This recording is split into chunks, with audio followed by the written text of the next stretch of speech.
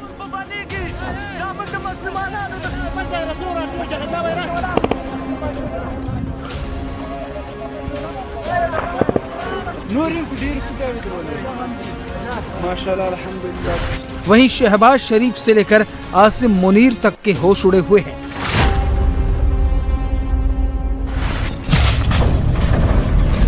अफगानिस्तान ने पाकिस्तान को चेतावनी देने के साथ साथ दुनिया को बता दिया है कि पाकिस्तान ने पहले एयर स्ट्राइक करके सीज फायर तोड़ा, लेकिन जवाब देने के बाद अब तालिबान सरकार बातचीत के लिए भी तैयार है।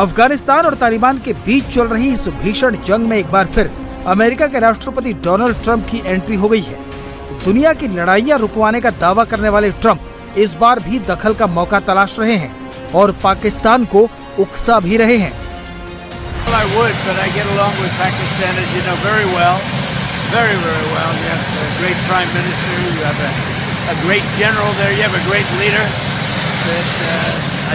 Two of the people that I really respect a lot, and I think that Pakistan is doing terrifically well. Yeah.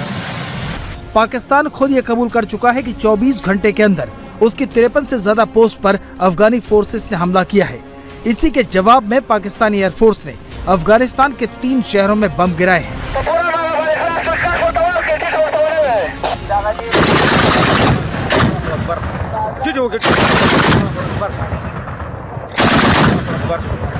लेकिन हालत पाकिस्तान की ज्यादा खराब है। यही वजह है कि जुमे के दिन उजाला होने के बाद शहबाज शरीफ सबसे पहले रावलपिंडी में पाकिस्तानी आर्मी के हेडक्वार्टर गए और वहां सिचुएशन रूम में हालात का जायजा लिया। पाकिस्तान को अंदाजा नहीं था कि उसे इस कदर मुंहतोड़ जवाब मिलेगा, इसलिए अफगानियों के हमले के बाद आर्मी और सरकार दोनों की सिट्टी पिट्टी गुम है, लेकिन दिखावे के लिए लंबे चौड़े दावे किए जा रहे हैं। जो अफगान तालिबान रजीम है उसने एक सो कॉल्ड एक्शन किया along with the terrorist of फितना अल ख्वारिज। 15 सेक्टर्स में पाक अफगान बॉर्डर पे 15 सेक्टर्स पे खैबर पख्तूनख्वा में 53 मकामात पर the open fire and physical raids. ख़वातीन व हज़रात, पाकिस्तान के नामूस और पाकिस्तान की टेरिटोरियल इंटेग्रिटी को सेफगार्ड करते हुए ऑपरेशन में अब तक इस बहादुर फौज के 12 सपूतों ने जामे शहादत नोश किया है, जबकि 27 जख्मी हैं और 1 सोल्जर मिसिंग इन एक्शन है। अफगान तालिबान ने दावा किया है कि हमले में 50 से ज्यादा पाकिस्तानी सैनिक मारे गए हैं। इनमें से 23 सैनिकों की लाशें भी अफगान लड़ाके अपने साथ अफगानिस्तान वापस ले गए। इतना ही नहीं, अफगानी मीडिया की तरफ से अटैक की तस्वीरें भी जारी की जा रही हैं। अफगानिस्तान ने फिर चेतावनी दी है कि अगर पाकिस्तान ने फिर हिमाकत की तो उसे जवाब मिलेगा। इस बीच अफगानिस्तान की तालिबानी सरकार ने सऊदी अरब के विदेश मंत्री से बातचीत में साफ कर दिया है कि ये पाकिस्तानी हमले का जवाब था। फिर हमला हुआ तो पाकिस्तानी चौकियों का यही हश्र होगा। दिल्ली के जवाहरलाल नेहरू यूनिवर्सिटी में एक बार फिर से तनाव बढ़ गया है। प्रदर्शनकारी छात्रों की गिरफ्तारी के विरोध में छात्रों ने पुतला फूंका और वीसी के खिलाफ नारेबाजी की। तो वहीं आज और बवाल बढ़ने की उम्मीद है, क्योंकि ऑल इंडिया स्टूडेंट्स एसोसिएशन ने और ऑल इंडिया प्रोटेस्ट डे की कॉल दी। और गिरफ्तार छात्रों के समर्थन में देशव्यापी विरोध प्रदर्शन का आह्वान किया गया है। हालांकि प्रशासन की ओर से भी मुस्तैदी बढ़ा दी गई है। तो जेएनयू में प्रदर्शनकारी छात्रों को लेकर एक नया अपडेट आया है। आज आइसा ने ऑल इंडिया प्रोटेस्ट का ऐलान किया है। देर रात छात्रों ने प्रदर्शन किया, पुतला फूंका और उनके जिन छात्रों की गिरफ्तारी हुई थी उसी के विरोध में ये छात्र इस वक्त प्रदर्शन का ऐलान कर चुके हैं। तो लेफ्ट से जुड़े तमाम छात्र संगठन आज देशव्यापी आंदोलन का ऐलान कर चुके हैं और प्रशासन भी इसको लेकर अलर्ट है।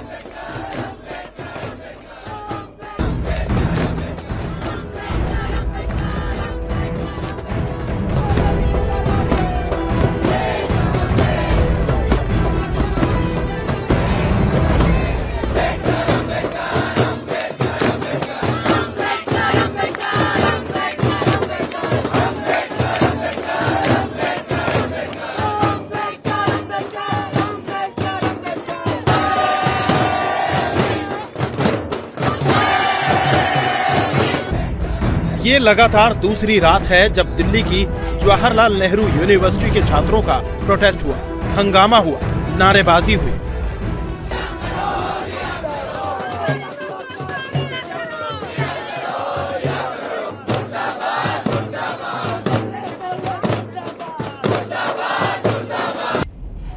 एक तरफ जेएनयू छात्र संघ है तो दूसरी तरफ दिल्ली पुलिस, और इन सब के बीच पिछले करीब 2 दिनों से हंगामा जारी है। देर रात भी जेएनयू के छात्रों ने जमकर नारेबाजी की, वाइस चांसलर के खिलाफ प्रदर्शन किया, उनका पुतला फूंका और पुलिस हिरासत में लिए गए छात्रों को जल्द छोड़ने की मांग दोहराई।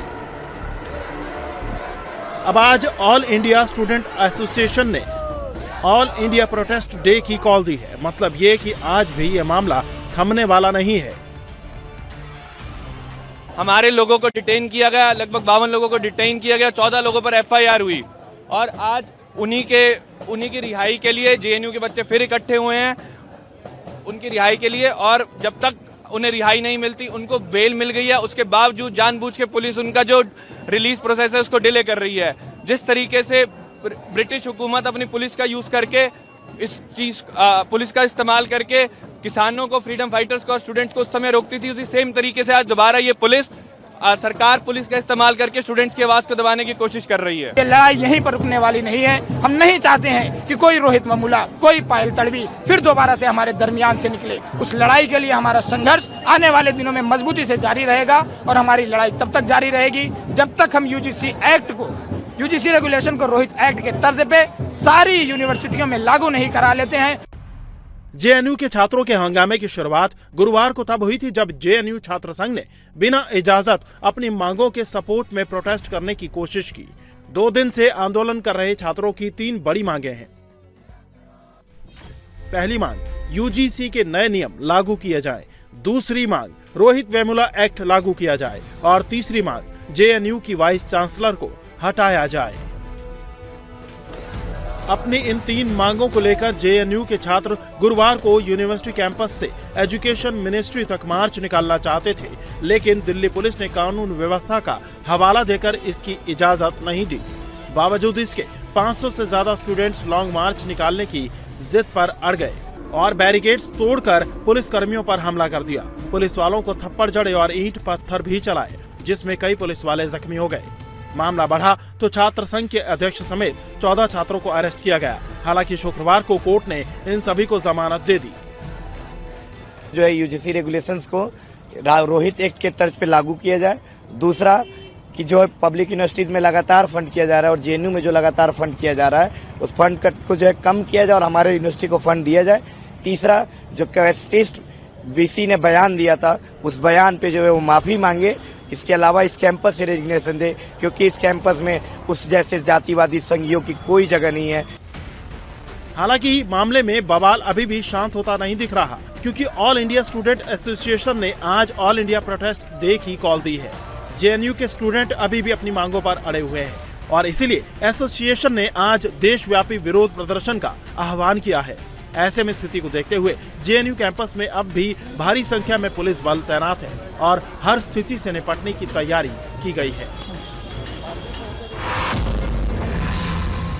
और यूपी के गाजियाबाद में एक एक्स मुस्लिम सलीम पर जानलेवा हमला हुआ है। 2 हमलावरों ने सलीम पर चाकू से हमला किया। इस हमले में सलीम गंभीर रूप से घायल हुए हैं। सलीम को जख्मी हालत में अस्पताल में भर्ती किया गया है, जहां उसकी हालत गंभीर बताई जा रही है। सलीम खुद को एक्स मुस्लिम बताते हैं। सलीम मुसलमान को लेकर दिए जाने वाले बयानों की वजह से चर्चा में रहते हैं। वो इस्लाम और मुसलमानों की आलोचना करते रहते हैं और सोशल मीडिया में उनके 28,000 से ज्यादा व्यूअर्स हैं।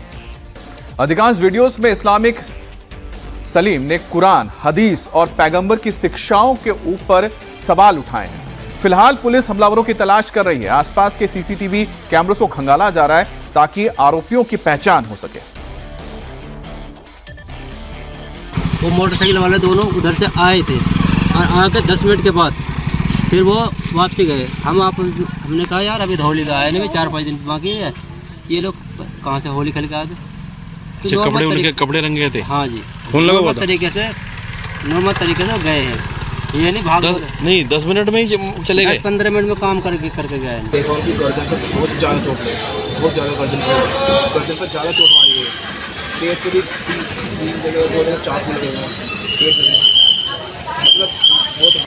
अली गार्डन क्षेत्र में एक व्यक्ति को 2 अज्ञात व्यक्तियों द्वारा चाकू मारकर घायल कर दिया गया है। परिजनों से प्राप्त तहरीर के आधार पर थाना लोनी पर सुसंगत धाराओं में अभियोग पंजीकृत किया गया है एवं घटनास्थल के आसपास के सीसीटीवी कैमरों की फुटेज चेक की जा रही है तथा अज्ञात अभियुक्तों की गिरफ्तारी हेतु टीमों का गठन किया गया है। मौके पर शांति व्यवस्था पूर्णतः कायम है। प्रधानमंत्री नरेंद्र मोदी आज राजस्थान और गुजरात के दौरे पर बड़ी सौगातें देने वाले हैं। पीएम मोदी आज सबसे पहले सुबह 11:30 बजे राजस्थान के अजमेर में एक ऐसे वैक्सीनेशन मिशन की शुरुआत करने वाले हैं जो लड़कियों और महिलाओं का सर्विकल कैंसर से बचाव करेगी। पूरे देश में 1,15 लाख लड़कियों को लगाई जाने वाली इस वैक्सीन मिशन की शुरुआत पीएम मोदी आज अजमेर से करने वाले हैं। और इसके साथ ही प्रधानमंत्री मोदी राजस्थान को 16,000 करोड़ से ज्यादा की सौगात भी देंगे। राजस्थान के बाद पीएम मोदी गुजरात के साणंद में सेमीकंडक्टर यूनिट का उद्घाटन करेंगे। इस यूनिट का निर्माण रिकॉर्ड 2.5 साल में भी कम समय में पूरा कर लिया गया और इस प्लांट की पूरी क्षमता में आने के बाद भारत सेमीकंडक्टर और सर्वर स्टोरेज में दुनिया के नक्शे में एक बड़ा मुकाम हासिल कर लेगा।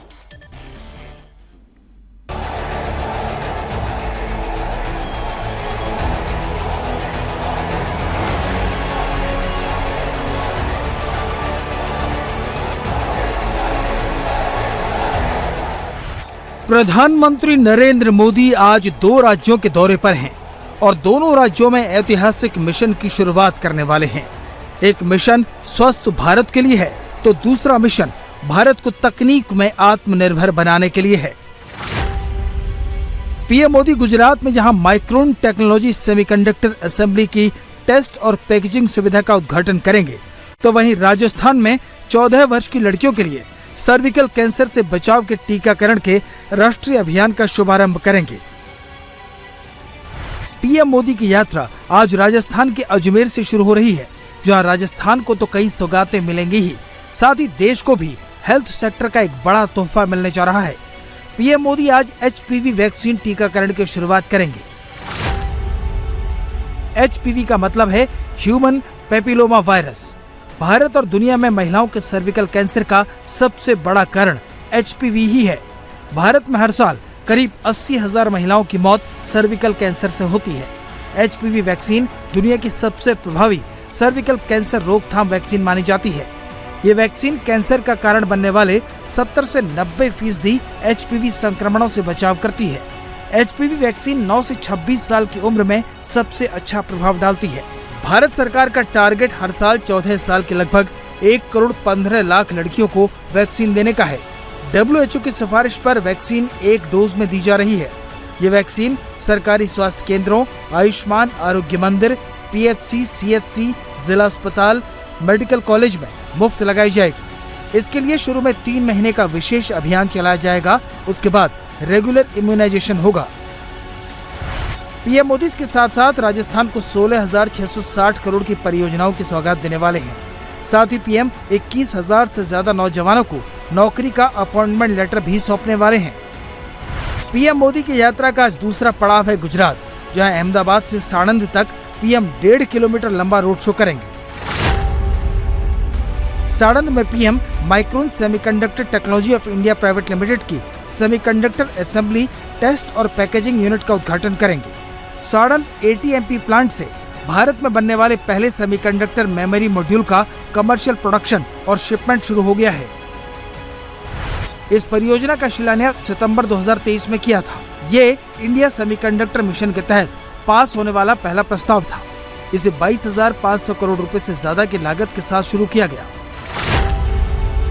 साणंद प्लांट पूरी तरह से चालू हो जाने पर करीब 5 लाख वर्ग फीट का क्लीन रूम एरिया उपलब्ध होगा। ये दुनिया के सबसे बड़े रेज्ड फ्लोर क्लीन रूम में से एक बन जाएगा। इस प्लांट को AI और कंप्यूटिंग में मेमोरी और स्टोरेज की बढ़ती ग्लोबल डिमांड को पूरा करने के लिए डिजाइन किया गया है। भारत जब AI में लीडर बनने की दावेदारी कर रहा है, ऐसे में मेमोरी और स्टोरेज सर्वर के लिए रिकॉर्ड टाइम में इतने बड़े प्लांट का निर्माण बताता है कि मोदी सरकार संकल्प से सिद्धि के एक बड़े टारगेट को हासिल करने वाली है। और त्योहारों के मौसम में मिठाइयों की मांग सामान्य दिनों की तुलना में कई गुना बढ़ जाती है। ऐसे में नकली, सिंथेटिक और मिलावटी खाद्य पदार्थों की बाजार में खपत भी बढ़ने लगती है। यही वजह है कि त्योहार आते ही शहर शहर मिलावटखोर और माफिया एक्टिव हो जाते हैं। यूपी में फूड एंड सेफ्टी विभाग ने ऐसे मिलावट माफियाओं के खिलाफ सबसे बड़ा ऑपरेशन शुरू किया। मऊ, बाराबंकी, चंदौली, शाहजहांपुर में बड़े पैमाने पर छापेमारी की गई और इस दौरान मिठाई मंडी, खोया मंडियों, बाजारों में छापेमारी की गई। साथ ही भारी मात्रा में नकली पनीर, मावा, दूध भी बरामद किया गया। तो वहीं भोपाल, हैदराबाद और इम्फाल तक मिलावटखोरों के खिलाफ बड़ी छापेमारी की जा रही है। होली का मौसम है और इस मौसम में आप कोई ना कोई मिठाई जरूर खाते हैं, लेकिन इस बार आपको अपने इस शौक को पूरा करने से पहले सावधान रहने की जरूरत है, क्योंकि बाजार से आपके घर जो मिठाई पहुंच रही है, कहीं वो नकली तो नहीं, कहीं वो मिलावटी तो नहीं, कहीं वो आपको बीमार, बहुत बीमार करने वाली तो नहीं। होली के रंग में भंग डालने के लिए शहर शहर मिलावटखोर माफिया एक्टिव है, जो बाजार में हर दिन हजारों टन खाने पीने के नकली आइटम खपा रहे हैं, जो सीधे आपके घर पहुंच रहा है। त्योहार का सीजन आते ही बाजार में खाने पीने की डिमांड बढ़ते ही मिलावटखोर एक्टिव हो जाते हैं, जो मोटे मुनाफे के लिए आपकी जिंदगी से खिलवाड़ करने से भी बाज नहीं आते हैं। होली से पहले देश भर में एक बार फिर खाद्य विभाग की टीमें एक्शन मोड में है। शहर शहर छापेमारी कर मिलावटखोरों पर नकेल कसी जा रही है। तस्वीरें बाराबंकी की हैं, जहां खाद्य विभाग एक्शन में आया तो नालियों में दूध बहने लगा, लड्डू सड़क किनारे फेंके जाने लगे। शुक्रवार को खाद्य विभाग की टीम ने अलग अलग जगहों पर छापेमारी की। इस दौरान भारी मात्रा में आपकी सेहत को खराब करने वाला सामान मिला। रेड के दौरान खाद्य विभाग ने 400 किलो मिलावटी दूध, 220 किलो मिलावटी लड्डू और 150 किलो कचरी को नष्ट किया। वहीं चंदौली में भी मिलावटखोर माफियाओं ने हजारों टन नकली मावा बाजार में खपाने की तैयारी की थी। नकली मावा मंडी पहुंच भी गया था, लेकिन तभी खाद्य विभाग की टीम ने रेड मार दी, जिससे मिलावट माफिया का प्लान फेल हो गया। टीम ने यहां सैकड़ों किलो नकली मावा पकड़ा। टीम ने मौके पर ही मावे की जांच की और केमिकल टेस्ट करते ही नकली मावे की पोल खुल गई। छापेमारी की इस कार्रवाई से बाजार में नकली मावा खपाने वाले कारोबारियों में हड़कंप मच गया। इसके बाद टीम ने एक पिकअप गाड़ी को भी पकड़ा, जिसमें 15 क्विंटल नकली मावा लदा था। यह नकली मावा बिहार और मिर्जापुर से लाया गया था। लेकिन खाद्य विभाग की सतर्कता के चलते नकली मावा लोगों के घरों तक पहुंचने से पहले पकड़ में आ गया। अभी बाहर के जिलों से, नवगढ़ से या सोनभद्र से, हाटा से, बिहार से नकली और मिलावटी खोया मुगलसराय में डंप किए जाने की सूचना मिली थी। उसी के क्रम में हमारी टीम यहाँ पर सुबह से लगी है। हमने अभी एक गाड़ी पकड़ी है, इसमें लगभग 10-15 क्विंटल खोया है। हम उसके प्रारंभिक तौर पर जांच किए हैं। जो खोया मिलावटी पाया जा रहा है उसके नमूने भरे जाएंगे और उनको डिस्ट्रॉय कराएंगे। आगे इसमें इसको जांच के लिए भेजा जाएगा। जैसी रिपोर्ट आएगी उसके हिसाब से दंडात्मक कार्रवाई होगी। यूपी में मिलावट माफियाओं के खिलाफ 19 से 28 फरवरी तक विशेष अभियान चलाया जा रहा है। खोया, कचरी, नमकीन, घी और खाद्य तेल के नमूने जमा किए जा रहे हैं। खाद्य सुरक्षा विभाग की टीमें दुकान से लेकर फैक्ट्री तक छापेमारी कर रही हैं। के दृष्टिगत जनपद में विशेष अभियान चलाया जा रहा है। 19 तारीख से 28 तक हमारा अभियान है, जिसके अंतर्गत अभी तक खोया, कचरी, नमकीन, घी और खाद्य तेल, इन सबके नमूने संग्रह किए जाने के निर्देश दिए गए हैं और अभी तक 17 नमूने लिए गए हैं। आज भी हमारी टीम कार्रवाई कर रही है एक मिठाई कारखाने पे, जिसमें अब तक 180 किलोग्राम खोए की जब्त किया गया है। उसके नमूने लेके जांच के लिए भेजा गया है और कुछ मात्रा में खोया नष्ट भी कराया गया है, जिसमें खराब होने की संभावना थी। कचरी और करीब 70 किलो कचरी ये रंगीन थी, जिसका नमूना लिया गया है और इसको जब्त कर दिया गया है।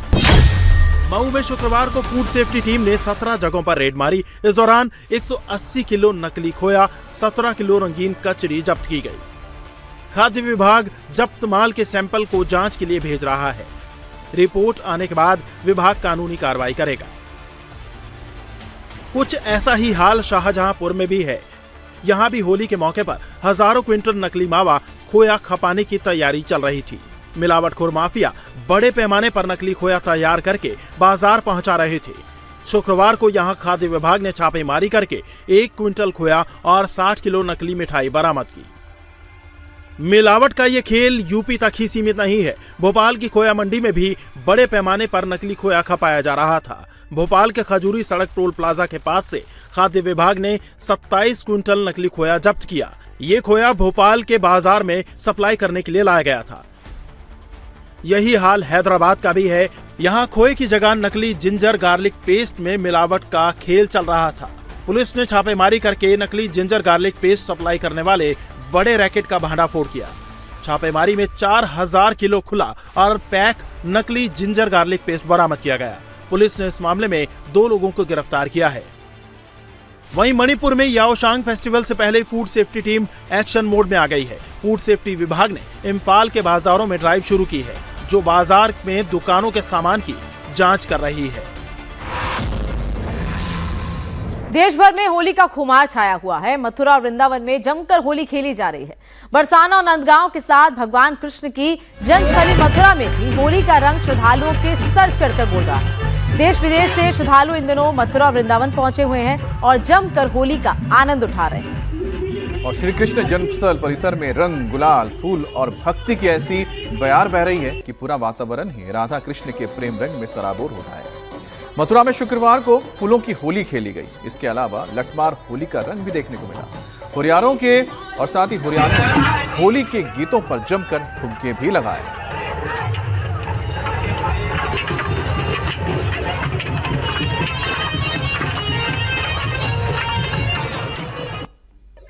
पास में से ही आई हूँ और मुझे बहुत अच्छा लग रहा है। यहाँ दूसरी बार आई हूँ मैं यहाँ होली खेलने। हम तो यहाँ पर 30 साल से खेल रहे हैं लठामार होली। बहुत अच्छा लगता है, बहुत आनंद आता है। ये ब्रज की होली है, राधा कृष्ण की। इसमें 2 महीना से तैयारी करते, खूब घी खाते, मेवा खाते, तब जाके होली खेलते हैं। जैसे आंटियों ने लठ मारा, मजा आ गया। क्या लठमार होली घूम रहे हो, सारे लड़के डरे डरे भाग रहे हैं। बहुत खुशी सब जानकर। आप सब लोग भी ब्रज की होली खेलने जरूर आए। होली को देखने के लिए ऐसा माना जाता है कि आज के दिन स्वर्ग से देवता भी आते हैं। आप जिस तरह से लठामार होली का जो दृश्य यहाँ पर देख रहे हैं, ऐसा लगता है जैसे स्वर्ग लोक का आनंद यहाँ पर सिमट के आ गया हो। आज जो है ऐसा लग रहा है कि जैसे हम स्वयं भगवान कृष्ण और राधा रानी के साथ होली खेल रहे हैं। और वाराणसी में रंगभरी एकादशी पर भक्तों ने महादेव के साथ होली खेली। यहां गाने और गौना कराकर महादेव के आगमन पर यह वर्षों पुरानी परंपरा निभाई जाती है। रंगभरी एकादशी के दिन बाबा की चल प्रतिमा अपने परिवार के साथ निकलती है। मान्यता है कि देवाधिदेव महादेव माता पार्वती का गौना कराकर जब पहुंचते हैं तो काशीवासी शिव परिवार पर रंग और गुलाल की बारिश कर देते हैं और इसी दिन से काशी में होली की शुरुआत हो जाती है। और उधर दिल्ली के जामिया मिलिया इस्लामिया में होली को लेकर समारोह का आयोजन किया गया, जिसमें छात्रों और शिक्षकों ने बढ़ चढ़कर हिस्सा लिया। इस दौरान रंग गुलाल भी खेले गए। लोगों की मौजूदगी में होली का पावन पर्व चल रहा है और ये जामिया मिलिया इस्लामिया में होली मनाई जा रही है। अब के शहर में दिखा थार वाले का तांडव। वर्दी में रील बनाने वाले पुलिस वालों को कितना महंगा पड़ा लाइक फॉलो का शौक। खनन माफिया ने कहा फॉरेस्ट ऑफिसर को दौड़ा दौड़ा कर पीटा। नॉन स्टॉप अंदाज में देखिए सुपर एक्शन से भरपूर खबरें। तस्वीर में आपको एक थार गाड़ी दिख रही है। थार के अगले पहिए से आग की चिंगारी निकल रही है। दरअसल थार गाड़ी के पहिए के नीचे एक बाइक फंसी है और थार उसे घसीटते हुए ले जा रही है, जिससे ये आग की चिंगारी निकल रही है। तस्वीर दिल्ली से सटे नोएडा की है, जहां एक बार फिर थार गाड़ी का कहर देखने को मिला है। नोएडा के बादलपुर थाना क्षेत्र के धूम मानिकपुर में थार के ड्राइवर ने पहले तो मोटरसाइकिल को टक्कर मार दी और फिर सड़क पर कई किलोमीटर तक बाइक को घसीटता चला गया।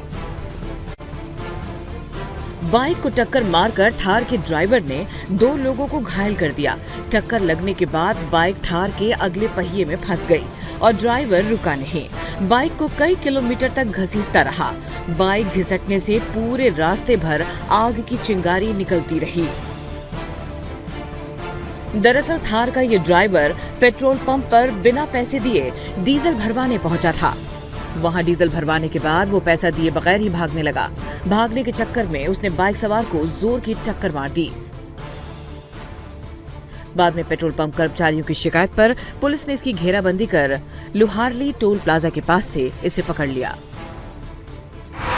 अब शकल अच्छी नहीं है तो क्या हुआ, सरकारी नौकरी तो है ना। हमारे पास पैसा नहीं है तो क्या हुआ, मंत्री तो आता है ना। हमारे पास कपड़ा नहीं है तो क्या हुआ, वर्दी तो है ना।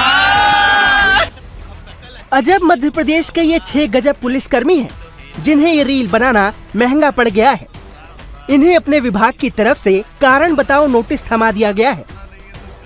मामला मध्य प्रदेश के रीवा के पुलिस ट्रेनिंग स्कूल का है, जहां ये 6 पुलिस वाले ट्रेनिंग ले रहे हैं। यानी इन्होंने अभी तक ड्यूटी भी नहीं संभाली है, लेकिन वर्दी में रील बनाने की सनक की वजह से इन्हें अब रियल खामियाजा भुगतना पड़ रहा है। सोशल मीडिया पर वायरल इस रील में देवास के अनिल कड़ोदिया, इंदौर के आनंद कुलवरे, उज्जैन के प्रदीप यादव, राजकुमार सैंध, गोनू सतबाड़िया और विदिशा के सुरजीत गर्ग दिख रहे हैं। अब शकल अच्छी नहीं है तो क्या हुआ, सरकारी नौकरी तो है ना। हमारे पास पैसा नहीं है तो क्या हुआ, मंत्री तो आता है ना। हमारे पास कपड़ा नहीं है तो क्या हुआ, वर्दी तो है ना। पुलिस ट्रेनिंग स्कूल के एसपी सुरेंद्र कुमार जैन ने इसे अनुशासनहीनता मानते हुए सख्त रुख अपनाया और इन सभी 6 ट्रेनी को नोटिस थमा दिया गया। नोटिस में कहा गया है कि रील में बोले गए शब्द और वर्दी में किया गया अभिनय पुलिस जैसे अनुशासित विभाग की गरिमा के खिलाफ है और इससे विभाग की इमेज खराब होती है।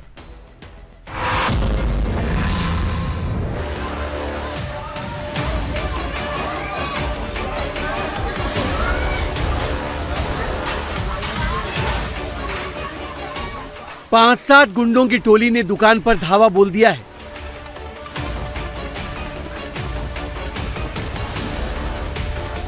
कोई सामान दुकान के अंदर फेंक कर मार रहा है तो कुछ तलवार और दूसरे हथियार से शीशे तोड़ रहा है।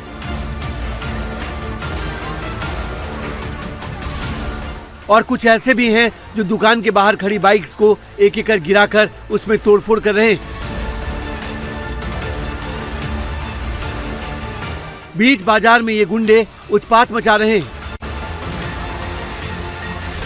और कोई इन्हें टोकने वाला नहीं है, कोई इन्हें रोकने की हिम्मत नहीं कर रहा है। सरेआम गुंडागर्दी की ये तस्वीर पंजाब के लुधियाना की है, जहां गुरुवार रात करीब 8 बजे चंडीगढ़ रोड स्थित वीर पैलेस बाजार में इन गुंडों ने जमकर उत्पात मचाया। पुरानी रंजिश के चलते इन बदमाशों ने दुकान में तेज धार हथियारों के साथ जमकर तोड़फोड़ और मारपीट की।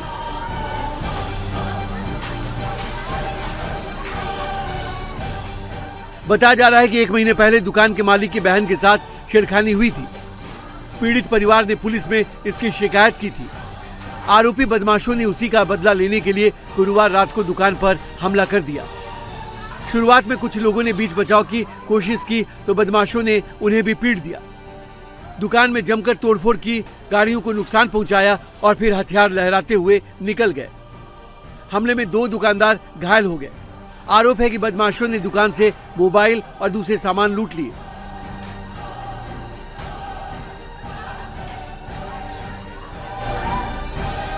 गुस्साए दुकानदारों ने देर रात चंडीगढ़ रोड जाम कर पुलिस के खिलाफ प्रदर्शन किया।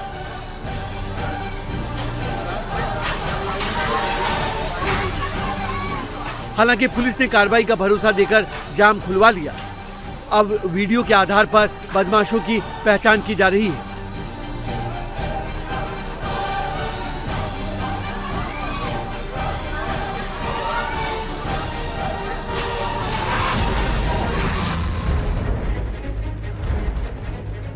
सड़क किनारे एक शख्स पर कुछ लोग टूट पड़े हैं।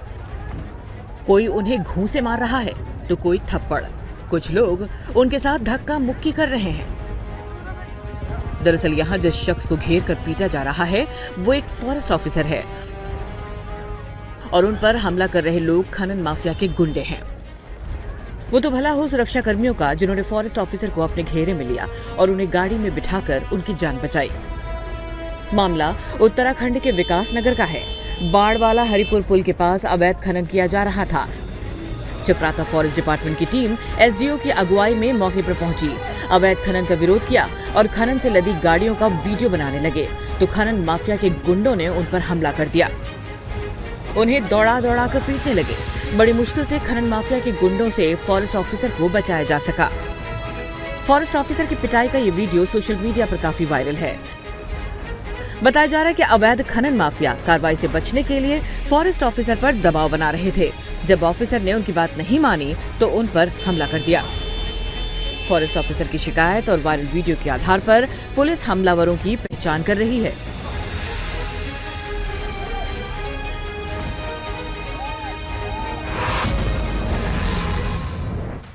एक बुजुर्ग किराने की एक दुकान के बाहर कुर्सी पर बैठे थे। तभी अचानक वहां दूर से लड़ते हुए आवारा सांड आ गए और बुजुर्ग को धक्का मारते हुए निकल गए। देखिए, बुजुर्ग आराम से कुर्सी पर बैठे थे, इस बात से अनजान कि अगले पल क्या होने वाला है। तभी कैमरे की जद में सबसे पहले एक सफेद गाय दिखती है, लेकिन अगले ही पल लड़ते हुए 2 आवारा सांड वहां पहुंचते हैं और बुजुर्ग से टकरा जाते हैं। टक्कर इतनी जोर की लगती है कि कुर्सी पर बैठे बुजुर्ग दूर जाकर गिरते हैं। शोर सुनकर आसपास मौजूद लोग बुजुर्ग की मदद के लिए दौड़ते हैं और बुजुर्ग को उठाते हैं। सांड के हमले से वो बुरी तरह जख्मी हो गए। घटना गुजरात के कच्छ की है, जहां के अधोई गांव में आवारा सांड के हमले में बुजुर्ग घायल हो गए।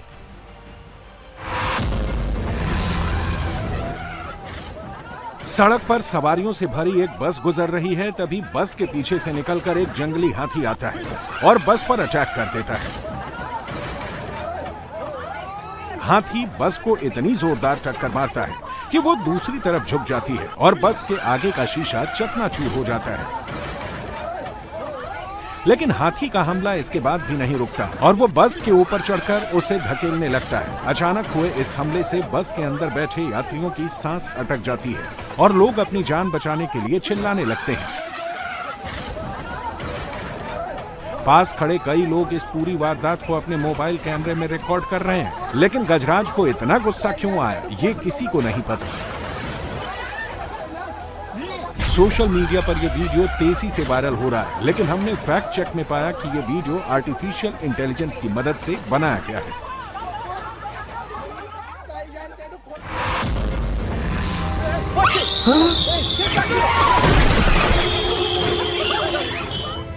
एक युवक सड़क किनारे लगे बेंच पर बैठकर फोन चला रहा है। तभी उसके पीछे एक बंदर आता है और उसके सिर पर चढ़ जाता है। बंदर के अचानक ऊपर चढ़ने से युवक घबरा जाता है और फौरन बंदर से बचने के लिए बेंच से दूसरी ओर जाने लगता है, लेकिन अगले ही पल एक तेज रफ्तार कार आकर उसी बेंच से टक्कर मारती है जहां चंद सेकंड पहले ये युवक बैठा हुआ था। हादसे के फौरन बाद वहां कई लोग भाग कर आते हैं, लेकिन अगर बंदर युवक के सिर पर नहीं चढ़ा होता तो उसका इस हादसे में बचना बहुत मुश्किल था। लेकिन बंदर के चलते युवक की जान बाल बाल बच गई। सोशल मीडिया पर इस वीडियो को देखने के बाद कई लोग घबरा गए। कुछ लोग इसे असली बता रहे हैं तो कुछ इसके फर्जी होने का दावा कर रहे हैं। लेकिन जब हमने इस वीडियो की पड़ताल की तो ये AI जनरेटेड वीडियो निकला।